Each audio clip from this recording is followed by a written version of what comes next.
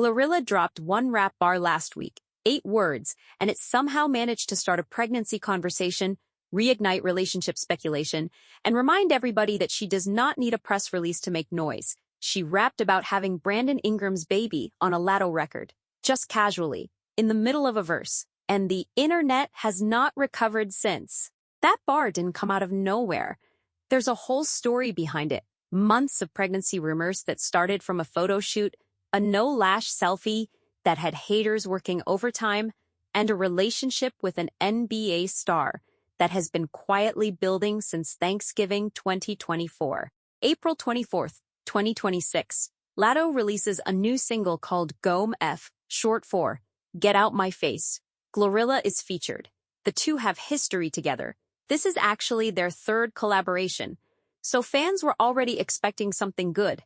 Nobody expected what Glo actually said. On her verse, she rapped that she told Brandon she would have his son the next time he did not pull out. That line hit the timeline like a wrecking ball. Fans clipped it within minutes. It was everywhere. X, Instagram, TikTok, everywhere. And people immediately split into two camps. Half of them said she was dead serious. The other half said she was just riding the energy of the song. Both sides argued like they personally knew GloRilla.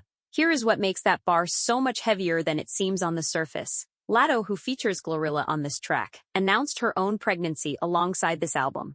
The project is called Big Mama, and the entire rollout has been soaked in motherhood themes. Latto dropped the pregnancy reveal inside a music video. She is literally building an album around becoming a mother. So, for GloRilla to hop on a track from that project and rap specifically about wanting to have Brandon Ingram's child, that is not an accident. That is a woman who knew exactly what she was saying and exactly which platform she was saying it on. Artists choose their words on major label releases. Every bar on a song like this goes through listening sessions, label feedback, and at minimum a handful of replays before it's locked in. That line did not slip through by accident. The music video adds something interesting to the whole thing, too. Soulja Boy appears as a guest, and the concept follows. Latto being stalked by people obsessed with her baby bump. She hires GloRilla as her personal bodyguard. Glo ends up physically tackling someone who tries to block Latto from getting home with her groceries. It is absurd in the best possible way, and the two rappers have a natural chemistry on screen that makes even the most ridiculous parts of the video land. But the conversation never really stayed on the video. It always came back to the bar. What adds even more weight is the timing. GloRilla had been dealing with pregnancy rumors about herself just weeks before this song dropped. She denied them. Then this bar came out, and suddenly people who had already been watching her stomach were now watching her lyrics too. Brandon Ingram has said absolutely nothing publicly. Not a comment, not a laugh react, nothing. And honestly, that silence is feeding the conversation just as much as Glo's actual words.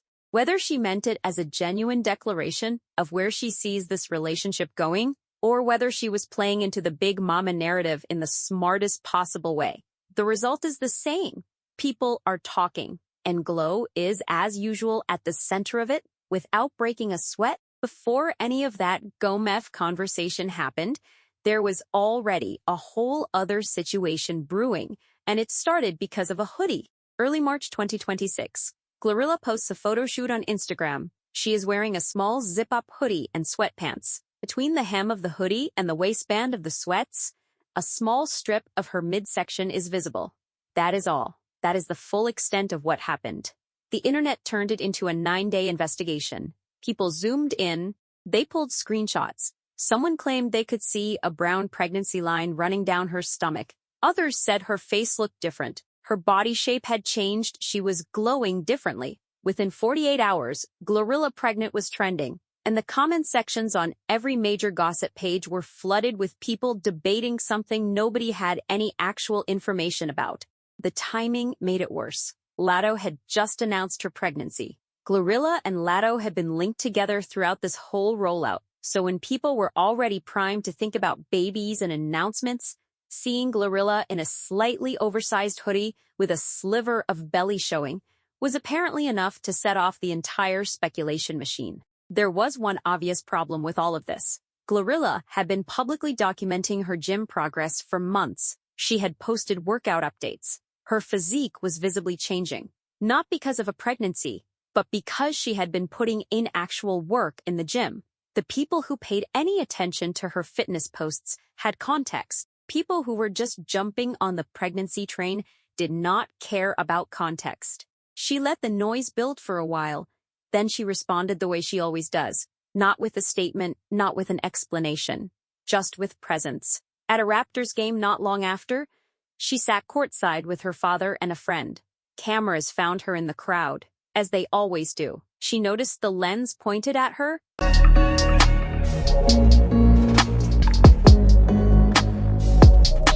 And she deliberately drew attention to her own stomach while shaking her head. No words, just a clear, direct visual answer. Then came Coachella. She showed up to Sexy Red's set wearing a red leather two-piece that left her midsection fully visible. She posted the photos on Instagram with the caption, "And yeah, which one of y'all started dat rumor?"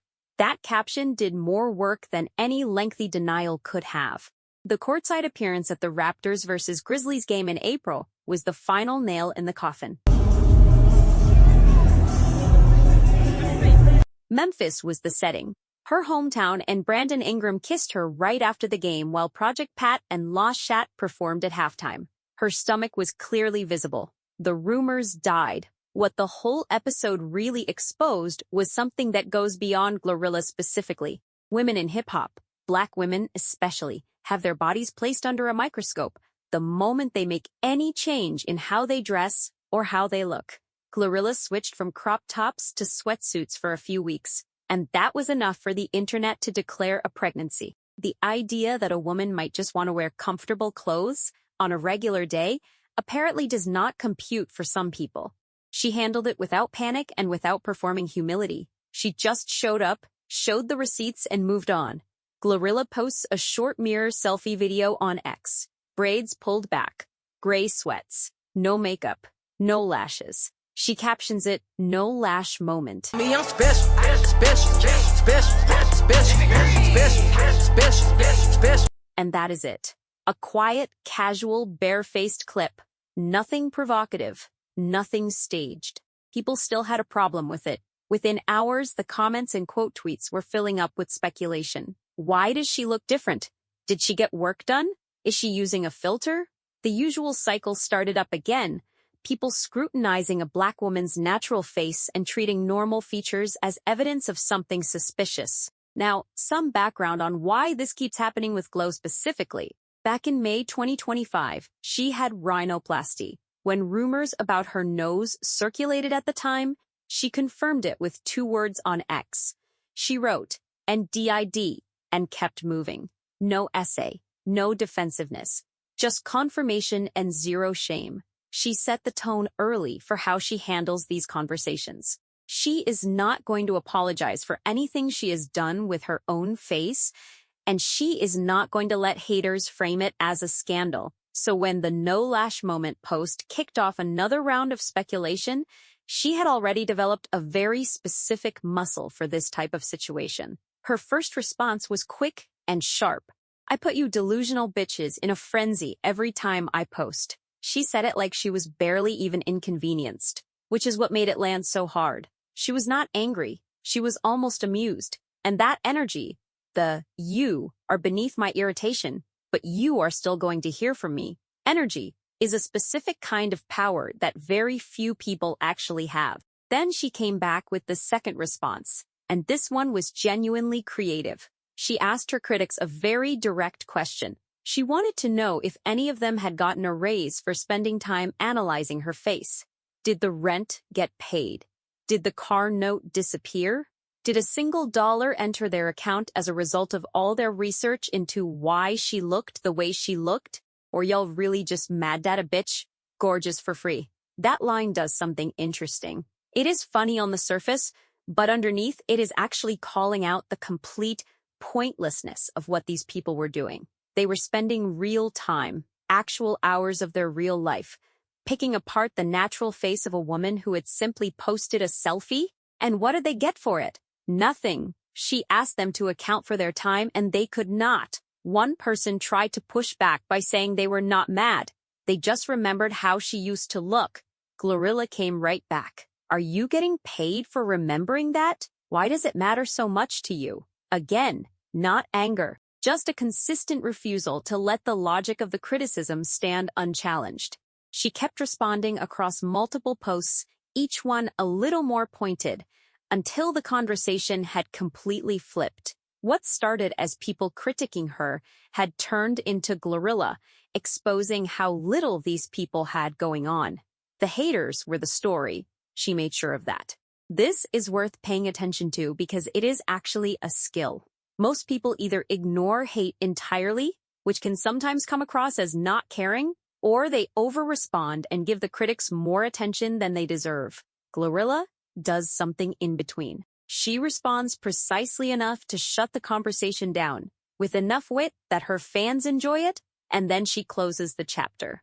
The No Lash Moment post, a 10-second selfie video with a two-word caption, generated more cultural discussion than most artists get from a full promotional campaign. Not because of drama, because GloRilla knows how to own a moment, even when that moment was started by people who meant it as a slight. Now the full picture of how this relationship actually started and where it stands today. Thanksgiving Day, 2024, Memphis, Tennessee. The Grizzlies are hosting the New Orleans Pelicans. GloRilla, a Memphis native, a genuine basketball fan, is at the game. Brandon Ingram is on the court, still playing for New Orleans at this point. He noticed her, and according to GloRilla, he made the first move.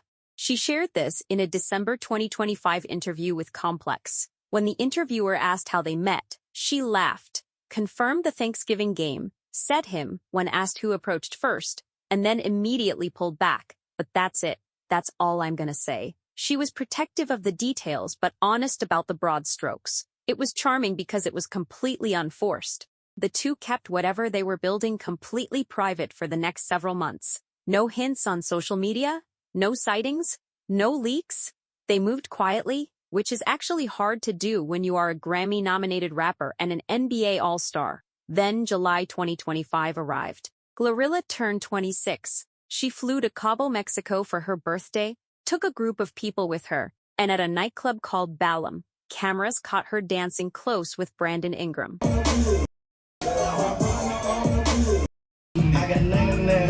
The footage was there.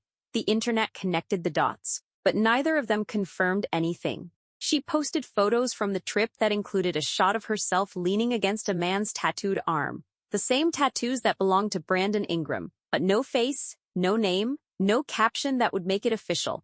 That is the art of the soft launch. Just enough to let people know something is happening without handing them the full story. By September 2025, the confirmation came, quietly, in the way this couple seems to prefer doing everything. GloRilla posted a photo carousel on Instagram. Buried inside it was an image of her lying against Ingram, with his arm around her, eyes covered, both of them laughing. Same time period. Ingram included her in a caption. She responded with heart eye emojis. They did not hold a press conference. They did not go on a podcast to announce it. They just let the photos speak, and the internet did the rest. From that point forward, GloRilla became a regular presence at Raptors games. She wore an iced-out diamond chain with the number 3, Ingram's jersey number. She was filmed mouthing, "My man, my man, my man," on the sidelines. She flipped a lyric in her song, TGIF.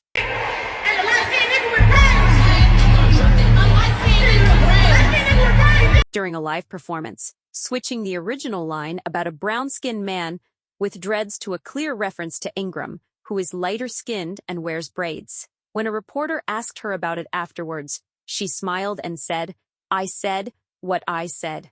November 26, 2025 became the moment that most people point to when they talk about this couple. Ingram hit a game-winning shot against the Indiana Pacers. GloRilla, courtside, went completely wild. She screamed. She grabbed his headband. She wore it. And then, when Ingram came over to celebrate, the two ran through their own custom handshake, a whole choreographed routine that clearly took time to build between two people who spend time together, and finished it with a kiss.